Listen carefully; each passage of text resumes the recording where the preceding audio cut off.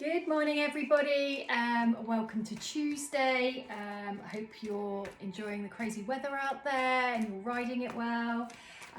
Using this morning some angel cards because I feel that way. Archangel Oracle cards, really nice ones. Always asking for higher guidance for our higher self from beings that are more wise and knowledgeable and all the rest of it than we are, which is always a great thing. So first card, victory. Victory, have victory. Is it a personal victory? Is it a personal win? Sometimes a victory can be about walking away from something, your personal victory. You know, we've got to be careful that we don't enforce karma and things upon others. It's kind of playing God. Sometimes situations don't warrant our intervention. They warrant our ability to have integrity, to stay in alignment with our own words and actions, making sure the two things join together, and walking away. Staying in your own victory is triumphant, rising above situations that might be holding you back, pulling you back. It might be a change of mindset, it might be a surrendering something, it might be learning to accept something, it might be calling somebody out on a behavior.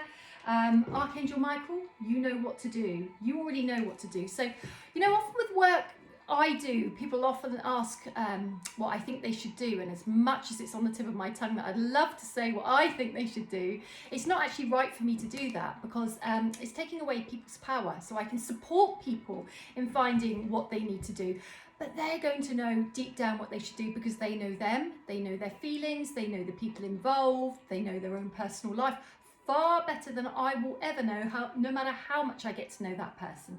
So you know what to do. Dig deep. How can you find out what to do? You can listen to your body. You can listen to the emotions of it. You can listen to the tiredness of your body. You can listen to the wisdom of your body.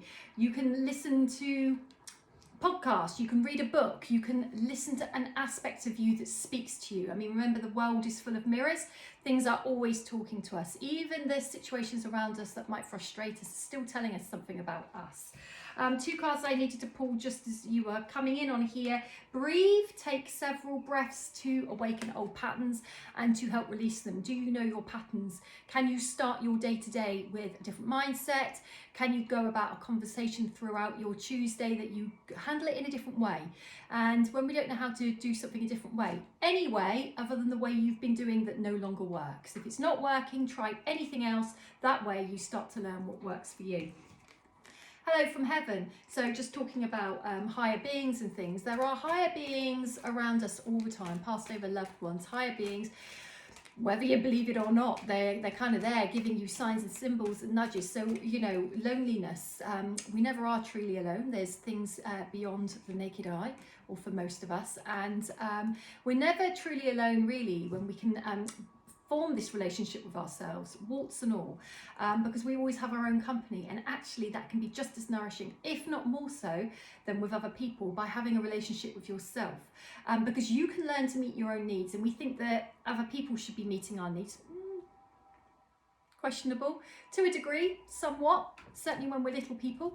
When we're an adult, how cool is it to be so rich in your own being that you can meet your own needs, so that everybody that comes into your life offers something to it on top of you meeting your own needs. Therefore, we technically don't need anybody, but in a healthy way. That's another video. And the last one, overcoming difficulties. Look how angelic that is. Look at that feather tail. We are all able to overcome our own difficulties, because no matter how horrendous they are, spiritually, they say we're never given anything more than we can handle, but it will be well and truly out of your comfort zone. How much can you trust your process and what you're going through? It can be severely testing if you're going through hell, and there's different types of hell on a human level, but actually, if it's happening, how well can you handle going through that? It's not a test of you have to be brilliant. It's about your mindset that you apply to it. It's about your wisdom. It's about you calling on courage, your highest self, your inner strength and resilience, which you will have, but you might have to dig for it. Everything is there to help us. Every situation is there to sharpen us, to grow us, to strengthen us, even if it feels like it's burning us to the ashes in the initial stance. You know, we live on planet Earth. It's not always pretty, even though it's the most beautiful planet there is. So on that note, have a lovely Tuesday, everybody.